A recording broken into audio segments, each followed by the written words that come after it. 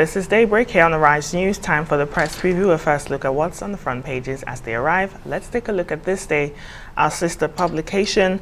Leading headline, Atiku flags off campaign, says we have a duty to arrest the drift. Some writers there, he's urging Nigerians to keep hope alive as he launches memoirs. You charges campaign council to right APC's wrongs. Also, a plot to scuttle Atiku's presidential ambition exposed. Meanwhile, Wike, Makinde, Autumn, George, others absent. Below there is a photo of Mr. President Buhari meeting the chairman flour mills of Nigeria. Obi, our manifesto will be anchored on sustainable development goals. More headlines just above the nameplate of this day. CBN, 3.7 trillion naira out of the 9 trillion naira intervention funds recovered, 5 trillion not due. This is the punch. Atiku launches campaign. Books. Aggrieved governor's boycott event. Senate ticket. Mahina. Floors Lawan seeks reconciliation. Politicians may destroy Nigeria. That's according to the former President Olusegun Obasanjo. And Obi's supporters can't gather at Lekki toll gate. As the court states to get $750 million World Bank loan in December. The Nation newspaper. Wike Makinde Autumn Shan Atiku's campaign launch. Ugwai, the governor of Enugu State. Ibazo Southwest chieftains shown also absent, and EC member alleges 28 million naira offer to derail opposition party. PDP flag bearer promotes restructuring and good governance. My leadership will inspire Nigeria to greater heights. That's coming from a flag bearer of the APC, Tinubu. Machina, not Lawan, is Yobe not the senatorial candidate.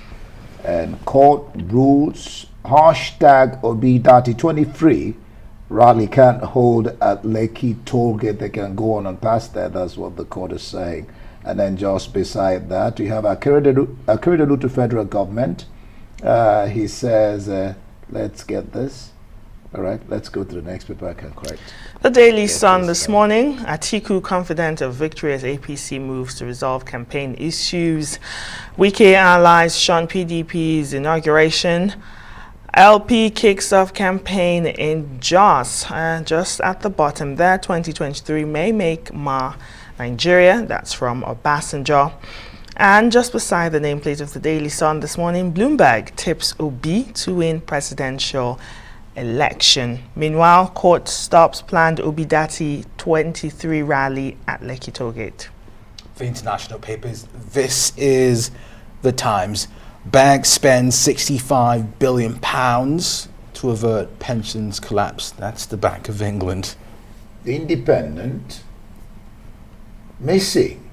Have you seen this, PM? That's a question to the PM. The markets are in turmoil. The Bank of England has stepped in to prevent a pensions crisis, but there's still no sign of Liz Truss. And the Financial Times this morning, Bank of England unleashes 65. The Financial Times. Bank of England unleashes £65 billion bid to avert crisis in debt markets. More headlines, lenders buoyed by action after nearly 1,000 mortgage products withdrawn.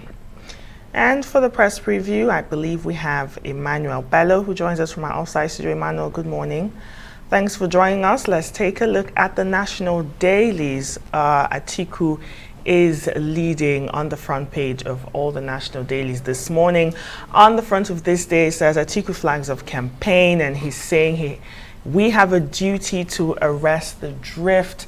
And as they were inaugurating their presidential campaign council, there were other things that drew our attention. Obviously, Governor Wike was absent, Autumn, Makinde, Ikpeazu, and others, Emmanuel. What did you get from that event yesterday?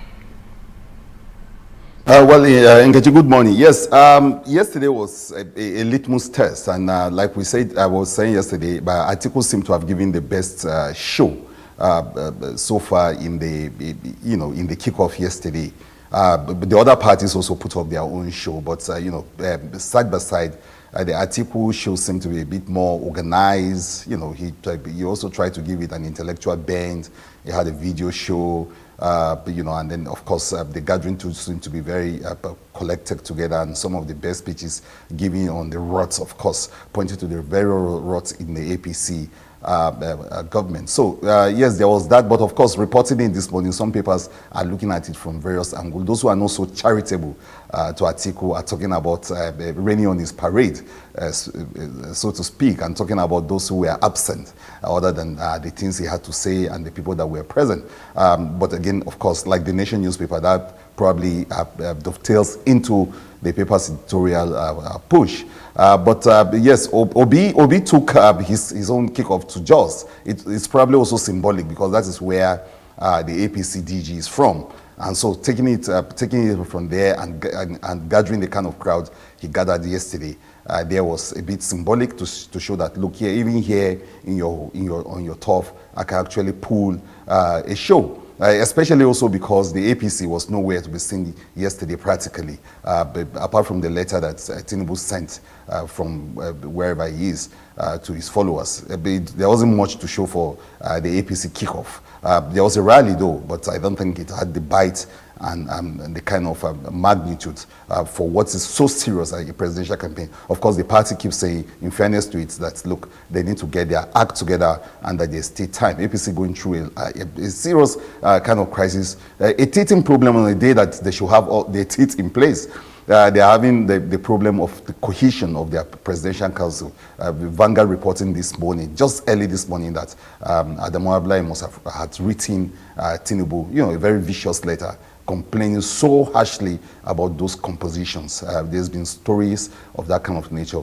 And it's not the kind of story APC needs on a day like yesterday that they needed to put up a show. So Atiku seemed to more calculated, more, had the whole thing in a bind, was able to give out a beautiful presentation. Obi, as usual, rallying the crowd that is now popularly known with, and also talking about his vision for Nigeria. While Atiku is saying that, look, unity is the thing. We need to come together, hold this country together so that we'll be able to achieve all that we've set up.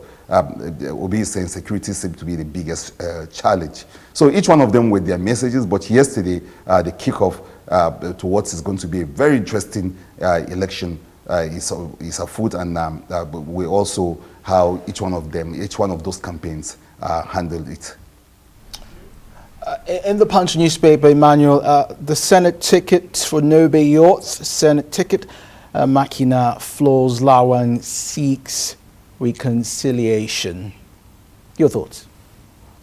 Well, a lot of people lauded that and say that it's a victory for the judiciary, saying that, look, we need the judiciary to always do this so that it can save democracy. It's sad that we don't get some things right until they go to the courts. And we're seeing the role of the courts again and again, whether in saying that, look, the primaries were not done very well in some states. But even down right to governorship election, we have some court verdict yesterday. It shouldn't be happening like this all the time. We should be able to get some of this right from day one. But now we'll be needing the courts to be able to put interpretations, to be able to restore mandates, to be able to say, no, the right thing was not done. And then, and this is one of the big examples of it. And the stakes couldn't be higher than the one that the Machina case, because we're talking about the Senate president. And there's something a bit of a poetic justice there. The Senate president who went running to become the president of this country and leaving behind the Senate position and someone else picking it. The storyline there is an interesting one. I think, though it's a one-off situation in Yobe State, the whole country was interested in that because of the magnitude of probably the size of the person involved, the Senate president, his future in politics, and of course the entire crisis of democracy around the issue of saying of trying to run two elections, like most of them try to do, practically run two elections at the same time. I mean, going forward, this interpretation, these judgments will be a lesson for, I believe, a big lesson for politicians that, look, why not focus on one race and get it done? So I think this is why it was applauded. A lot of people say Judiciary did the right thing, INEC stood its ground, and it's a fine example, just one of those rare fine example of when good things are done or the right things are done in the polity. All right, let's look at the nation, and I'll get back to this day.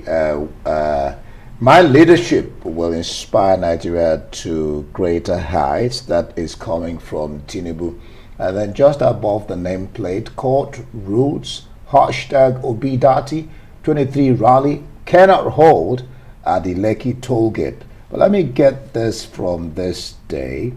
And isn't it like a deja vu? Over the years, we have had leaders say this, Nigeria still stays intact. Obasanjo saying that 2023 elections will make or break Nigeria. I mean, we've had this over the years. Nigeria is still here. Yes, indeed. Nigeria is still here practically because of you and I, because of the faith we have in the country, and that we're staying here. But funny enough, it's like politicians have always done their best to, to break us apart. I don't know what is still, we must be on short footing for us to still be here. But then it's a serious thing coming from the former president and saying that these elections are a make or mar event, and he gave his reasons. In the past, too, a lot of people have said that this is a very serious transition, and that at the very heart, or at the very heart of the country's existence. And I think it's the sort of thing that Atiku, the PDP candidate, seem to be running away with. That, look, this election is about our unity, about our cohesion. And there was never a time, I think, in the history of this country where we've been so divided along the fault lines of this country, whether it is religious or it's ethnic, and that something has to be done, because a lot of people in the past have spoken about our fragile democracy,